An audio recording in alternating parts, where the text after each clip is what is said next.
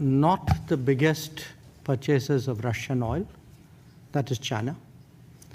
We are not the biggest purchasers of Russian LNG. I'm not sure, but I think that is the European Union.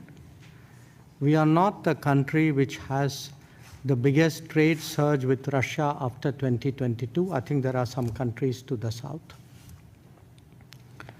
We are a country where actually the Americans said for the last few years that we should do everything to stabilize the world energy markets, including buying oil from Russia. Incidentally, we also buy oil from America, and that amount has been increasing. So quite honestly, we are very perplexed at the logic of the argument that you had referred to. Good afternoon.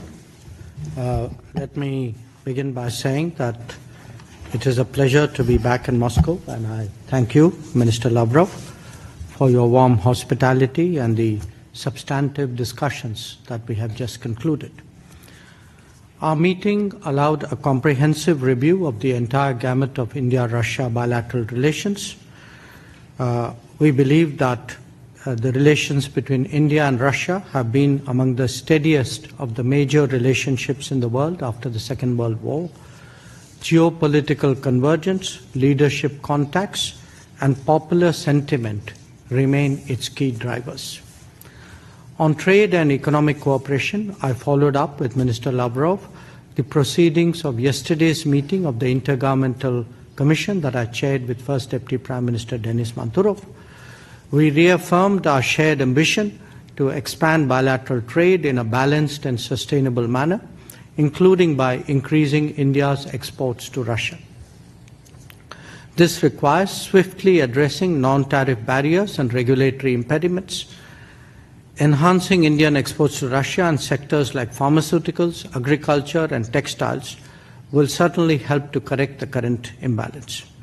Steps to ensure long-term supply of fertilizers was also taken up. Indian skilled workers, especially in IT, construction, and engineering, can address the labor needs in Russia and deepen collaboration. Sustaining energy cooperation through trade and investments is also important. We also spoke about connectivity initiatives, including the International North-South Transport Corridor, the Chennai-Vladivostok Eastern Maritime Corridor, and cooperation in the Northern Sea Route. These corridors promise to deepen economic linkages, reduce transit times, and expand trade access between across Eurasia and beyond. Our defense and military technical cooperation also remains robust. Russia supports India's Make in India goals, including joint production and technology transfer. The opening of 2 new Indian consulates in Kazan and Yekaterinburg need to be fast-tracked. That was also a subject of our conversation today. These consulates will further deepen our regional outreach and enhance trade and people-to-people ties. I took up the issue of Indians serving in the Russian army. While many have been released, there are still some pending cases with some missing persons. We hope that the Russian side would expeditiously resolve these matters. On global and multilateral cooperation, we reaffirmed our shared commitment to reform of global governance. We underlined the imperative to expand and energize the UN Security Council to reflect contemporary realities. Our collaboration in the G20, BRICS, and SCO remains deep-rooted and forward-looking.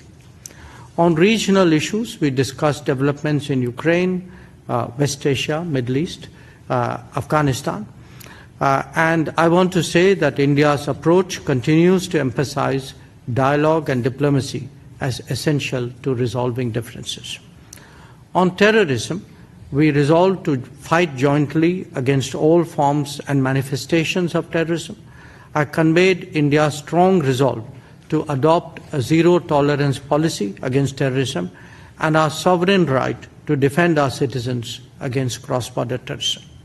I also invited the Minister to pay a visit to India to continue our dialogue.